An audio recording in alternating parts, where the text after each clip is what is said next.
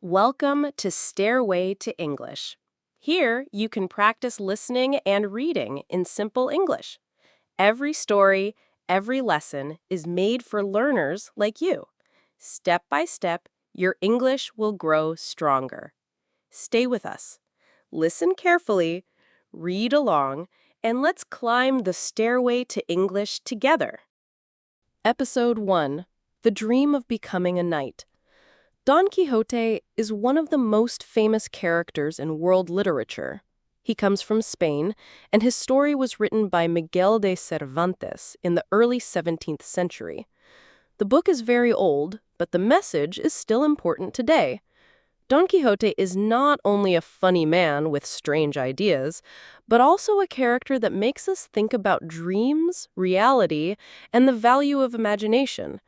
In this story, we will look at who Don Quixote was, what he did, and what his story means for us today. Don Quixote was a man who loved to read books about knights. Knights were men in armor who fought for honor, justice, and love. These stories filled his mind and heart. He read day and night until he almost forgot about the real world. In his mind, he was no longer a simple man. He believed that he, too, could become a knight. He wanted to bring back the days of old when knights rode on horses, protected the weak, and fought against evil. But Don Quixote was not young. He was not strong, and he did not live in a time of knights anymore. The world around him had changed. There were no more real knights, no great castles, and no kings who needed their protection.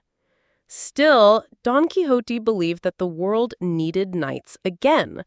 He thought people had forgotten about honor and courage. He wanted to bring those values back. So, Don Quixote decided to act.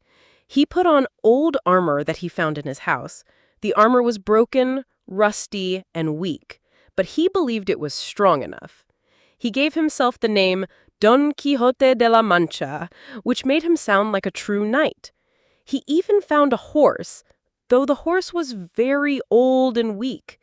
Don Quixote did not care. To him, the horse was a noble steed ready to ride into battle. He gave the horse the name Rocinante, as if it were the best horse in Spain. Don Quixote also needed a lady to love, because knights always fought for a lady's honor. He chose a woman from a nearby village, but she did not know about it. Her name was Aldonza, but Don Quixote called her Dulcinea, which sounded more noble and beautiful.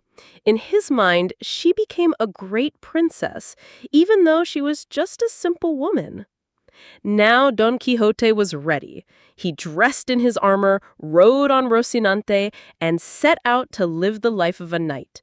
He wanted to fight evil, protect the poor, and make his lady proud. His heart was full of dreams, but the world outside was full of reality, and reality was often very different from his imagination. One of the first adventures of Don Quixote shows this clearly. He saw some windmills in the field. To him, they were not windmills. He believed they were giants with long arms, dangerous enemies that needed to be defeated. He lowered his spear, shouted brave words, and charged at them. Of course, the windmills did not fight back. Instead, one of the blades hit him and knocked him down. He was hurt, but he did not stop believing. He thought maybe magic had changed the giants into windmills to trick him. In his mind, the fight was still real. This scene is both funny and sad. Funny because Don Quixote is wrong and looks foolish. Sad because we see how far he is from the real world. Yet this is also the reason his story is so powerful. Don Quixote shows us the beauty and the danger of living only in dreams. He reminds us that imagination can give us strength, but it can also blind us.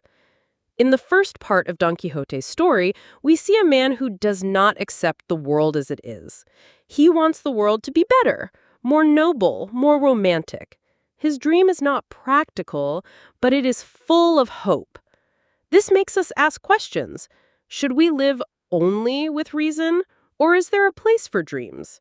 Should we laugh at Don Quixote or admire his courage?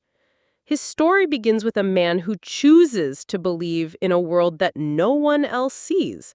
And that is why, even today, people still talk about Don Quixote. Episode 2: Don Quixote's First Adventures. Don Quixote now believed with all his heart that he was a true knight. He wore his old armor and carried his homemade helmet. His horse, though very thin and weak, became his proud companion. He called the horse Rocinante, which means once a workhorse, now noble. For Don Quixote, this was not just a horse, it was his partner in his new life. Every knight, he thought, must have a lady to love and to serve. Don Quixote remembered a farm girl from his village. Her name was Aldonza. She was simple and did not even know Don Quixote loved her from afar. But in his imagination, she became the noble lady Dulcinea del Toboso. He believed she was the most beautiful woman in the world and that he must fight for her honor. With Rocinante and Dulcinea in his heart, Don Quixote left his village in secret. He wanted to find adventures, fight for justice, and make his name famous. But the world outside was not like the books he read. The people he met were ordinary travelers, workers, and farmers. Still, Don Quixote imagined them as knights, villains, or victims who needed his help. His first adventure came when he saw a man beating a young boy. The boy was tied to a tree and crying in pain. Don Quixote shouted, "Stop, evil knight! How dare you harm an innocent boy?" The man, who was simply a farmer punishing his servant, looked at Don Quixote with surprise. He laughed at the strange figure in broken armor, but Don Quixote pointed his lance and ordered him to stop. Afraid of the crazy knight, the farmer promised to release the boy. Don Quixote proudly rode away, believing he had done justice. But as soon as he left, the farmer continued beating the boy even worse than before. Don Quixote never knew the truth. Later, Don Quixote saw merchants on the road. They were traveling with goods to sell, but in Don Quixote's eyes, they were challengers who must admit the beauty of Dulcinea. He blocked their way and demanded, "Say that Dulcinea is the most beautiful lady in the world." The merchants, laughing, said they had never seen her, so how could they say that? Don Quixote grew angry and charged at them with his lance. But Rocinante stumbled and threw him to the ground. The merchants beat him badly and left him lying there. A farmer from his village later found him and helped him return home. Don Quixote was hurt, but his spirit was not broken. He told everyone that knights always face great dangers, and defeats are only part of their path to glory. His neighbors worried that he had lost his mind, but Don Quixote believed more strongly than ever that he was destined for greatness. In these adventures, we begin to see the true heart of Don Quixote. His imagination turns ordinary life into epic battles. He wants to do good, but often the results are the opposite. Still, he keeps going because his dream is stronger than reality. Episode 3: Sancho Panza and the Windmills. After his first adventures, Don Quixote understood that a knight should not travel alone. Every great knight in his books had a squire, a loyal companion who helped him. Don Quixote decided that he needed one too. In his village, there lived a poor farmer named Sancho Panza. Sancho was not rich, and he dreamed of a better life. Don Quixote promised him wonderful rewards. He said, "If you follow me, I will make you the governor of an island." Sancho, tempted by the promise, agreed to join him. Sancho was very different from Don Quixote. He was short, fat, and loved food and drink. He was practical and realistic, unlike Don Quixote, who lived in dreams. But Sancho admired Don Quixote's passion and courage. He rode his donkey, while Don Quixote rode Rocinante, and together they started a journey that would make them famous forever. Soon, one of the most well-known adventures of Don Quixote took place. As they traveled, Don Quixote saw something in the distance. On the hills stood tall windmills, with their large arms moving slowly in the wind. Don Quixote's eyes grew wide. "Look, Sancho! 30 giant monsters are waiting for us. They are terrible enemies, and I must fight them for Dulcinea's honor." Sancho was shocked and tried to explain. "Sir, those are not giants. They are windmills. The arms you see are just turning with the wind." But Don Quixote refused to listen. "Sancho, you are not a knight. You cannot see what I see. These are giants, and I must defeat them." He lowered his lance, called on Dulcinea, and charged with all his strength. The wind caught the arm of one windmill, and as Don Quixote attacked, it spun around and knocked him to the ground with terrible force. His lance broke, and he rolled on the ground in pain. Sancho ran to help him and said, "Didn't I tell you, master? They are windmills, not giants." But Don Quixote, bruised and hurt, answered, "Sancho, fate is against me. The magician Freston, my enemy, must have changed the giants into windmills to steal my glory." For Don Quixote, nothing was ever ordinary. If he failed, it was because evil magicians used tricks against him. Sancho helped him back onto Rocinante, and they continued their travels. Don Quixote never doubted his mission. He believed every adventure, even the failures, proved that he was a true knight. Sancho, though tired and sometimes frustrated, stayed with him. Perhaps he was curious, or perhaps he hoped that one day Don Quixote's promises of rewards would come true. The windmill adventure shows us the two sides of this story. On one hand, it is funny and foolish, a man fighting machines that pump water and grind grain. On the other hand, it is sad and touching, a man fighting for dreams no one else can see. Don Quixote's courage is real, even if the enemies are not. Sancho becomes our guide in this world, balancing Don Quixote's madness with his own common sense. Together, they form an unusual pair, the dreamer and the realist, the knight and the farmer, the man who lives in imagination and the man who lives in reality. Their friendship makes the story deeper and more human. And so, with broken bones but unbroken spirit, Don Quixote continued his long journey. Wherever he looked, he saw battles to fight, wrongs to correct, and adventures to live. Sancho followed him, shaking his head, but never leaving his side. Episode 4: Dreams and Reality. After the famous battle with the windmills, Don Quixote and Sancho Panza continued their journey. Don Quixote's body hurt, but his spirit remained strong. He still believed that he was a knight sent to protect the weak and to fight evil. Sancho followed him faithfully, though he often laughed at his master's mistakes. This balance between Don Quixote's dreams and Sancho's realism became more important as their adventures continued. On the road, Don Quixote met people from all walks of life. He saw merchants, farmers, priests, and travelers. In each meeting, his imagination changed the truth. When he saw a group of merchants, he believed they were enemies who insulted his lady Dulcinea. When he saw poor farmers, He thought they were kings or victims needing rescue. Every ordinary event became a story of magic, honor, and courage.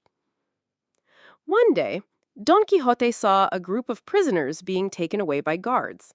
The men were chained, and they looked tired and hopeless. Don Quixote asked the guards why the men were prisoners. The guards explained that they were criminals and had been punished for their crimes. But Don Quixote refused to believe it. He thought they were innocent victims suffering from injustice. In his mind, freeing them was his duty as a knight. Sancho begged him not to interfere, but Don Quixote attacked the guards and set the prisoners free. At first, the prisoners were thankful, but soon they laughed at Don Quixote and threw stones at him before running away. Once again, Don Quixote's dreams clashed with reality. Instead of creating justice, he created more trouble. Still, he did not see it this way. He believed evil forces had again destroyed his noble mission. Sancho, however, began to see things differently. He knew his master's view of the world was not real. Yet he also admired Don Quixote's courage and his deep sense of honor. Sancho sometimes thought, perhaps it is better to dream than to see life as it really is. Even though Don Quixote's actions caused pain, they also gave hope. Sancho's simple life would never have shown him such adventures without his strange master. The biggest difference between Don Quixote and Sancho was how they understood the world. Don Quixote always saw life as a storybook. He could not accept things as they were. He wanted life to be noble, heroic, and beautiful. Sancho, on the other hand, saw things as they were. He worried about food, sleep, and comfort. But slowly, Don Quixote's imagination began to touch Sancho too. He started to believe in the possibility of something more, something beyond the ordinary. Don Quixote's love for Dulcinea is another example of his dreams. In reality, Dulcinea was just a farm girl he barely knew. But in his imagination, she became the most beautiful, noble lady in the world. He dedicated all his adventures to her honor. Once, Sancho told him, "Master, this Dulcinea you speak of is not what you think." But Don Quixote refused to listen. For him, Dulcinea was real because he believed she was. This part of the story shows us that the line between dreams and reality is thin. Don Quixote reminds us that sometimes people need dreams to live fully. If life is only about eating, working, and sleeping, it becomes small and colorless. But if we add imagination, even ordinary life can become grand. Don Quixote may be foolish, but he is also brave enough to live for something bigger than himself. Sancho's role is important here. He is the balance. He reminds Don Quixote of food, money, and safety. He pulls him back to the ground when his dreams fly too high. But he also follows him, showing that deep down he too is touched by Don Quixote's vision. Together, they create a story that is both comic and tragic, funny and serious, real and unreal. As their journey continued, Don Quixote faced many more adventures, each showing the struggle between dreams and reality. He was laughed at, beaten, and defeated many times, yet he never gave up. His mind turned every failure into a noble story, every defeat into a lesson of courage. To him, reality was not as important as the meaning he gave it. And so the dreamer and the realist continued side by side. Don Quixote with his lance, Sancho with his donkey, moving through a world that was both cruel and beautiful. Episode 5. The End of the Journey. As the adventures of Don Quixote continued, the difference between his dreams and the real world became clearer. Many people laughed at him, some hurt him, and others tried to bring him back to reality. Yet Don Quixote always returned to his idea of being a knight. He believed that his life had meaning only if he lived for honor, justice, and love.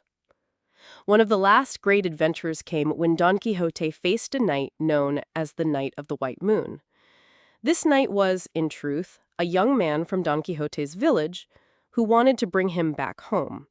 The Knight of the White Moon challenged Don Quixote to a duel. The rule was simple. If Don Quixote lost, he would return home and stop being a knight.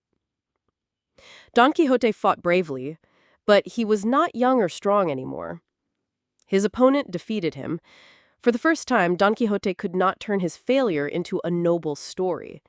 He accepted defeat and agreed to return to his village. Sancho stayed by his side, showing his loyalty until the very end. Back in his village, Don Quixote became quiet. Without his adventures, his imagination grew weaker. He began to see life as it truly was. He told Sancho and his family that he was no longer Don Quixote the Knight, but only Alonso Quijano, an ordinary man. This change was painful for him, but it also showed another kind of courage, the courage to face reality. Before he died, Don Quixote spoke words of wisdom. He admitted that his adventures had been dreams, but he also said that dreams gave his life meaning. Without them, he would have lived and died like any other man, with nothing to remember. His dream of being a knight made his life special, even if the world thought he was mad. Sancho cried at his master's side. For all the trouble Don Quixote caused, he had also given Sancho something precious, a vision of a bigger world. Sancho had lived as a poor farmer with no hope beyond his daily work. But through Don Quixote, he had seen honor, courage, and the possibility of greatness. Even though Don Quixote died, Sancho carried a part of his dream forever. The story of Don Quixote is not only about a foolish old man fighting windmills. It is about the human need to dream. Reality is often hard, cruel, and disappointing. People suffer from injustice, poverty, and loneliness. Don Quixote refused to accept this. He created a world of knights, castles, and noble ladies. His world may not have been real, but it was beautiful. Miguel de Cervantes, the author, wanted readers to laugh at Don Quixote's mistakes, but also to think deeply about them. Is it better to live in reality without dreams, or to live in dreams even if they are not true? Don Quixote shows that perhaps the best life is one that has a little of both. We need Sancho's realism, but we also need Don Quixote's imagination. In the end, Don Quixote died as a man, but he lived forever as a symbol. He represents the dreamer in every human heart. We all fight our own windmills in life, things that may not be real enemies, but feel like great battles to us. We all search for a dulcinea, an idea of beauty or love that gives meaning to our struggles. And we all need a Sancho, a friend who stays by our side no matter how foolish our journey may seem. The story of Don Quixote teaches us that life is not only about what happens to us, but about how we see it. Reality can be cruel, but imagination can make it noble. Dreams may not change the world, but they can change the way we live in it. So, when we remember Don Quixote, we remember a man who dared to live differently. He was laughed at, beaten, and defeated, but he never stopped believing in his vision. In his madness, there was also wisdom. The wisdom that life is more than survival. It is about meaning, honor, and hope. And even now, centuries later, people still read his story, laugh at his adventures, and admire his courage. Don Quixote may have died in his village, but as a dream, as an idea, and as a symbol, he still rides across the world.